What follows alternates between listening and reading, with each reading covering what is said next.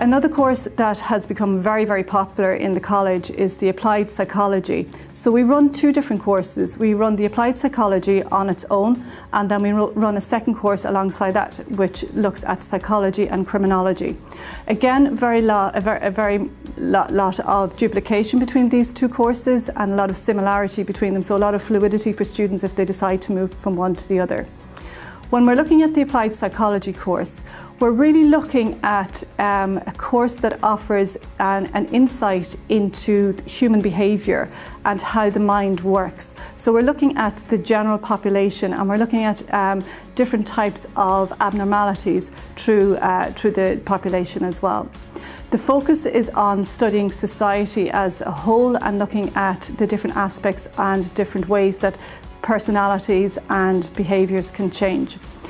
When we are doing this course, because of the heavy theoretical content of it, what we tend to do is bring in a lot of speakers to allow the students to experience, I suppose, the real world aspect of this discipline. So we would bring in special speakers from Forensic Science Ireland, we bring them in from organisational psychology, we bring them in from domestic abuse settings, and we bring them in from addiction studies as well.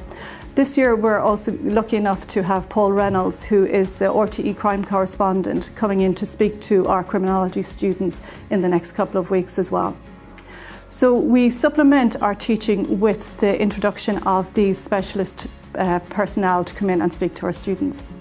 When we're looking then at the criminology and psychology course, there's a slight different slant on this. So we're looking at behaviour still, we're looking at human behaviour, but we're looking at it in relation to the criminal aspect. What makes somebody a criminal? So we're looking at criminal behaviour. So the focus between applied psychology and the difference with that and criminology and psychology is we're looking more at criminal behaviour.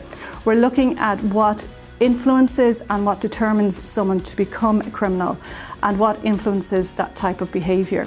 And we also look at the legal practice and procedures behind that as well. So there is definitely a stronger focus on crime and law in relation to the criminology and psychology course.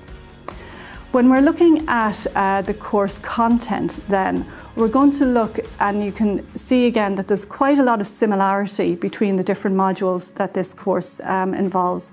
So a lot of repetition in relation to psychology, in relation to criminology.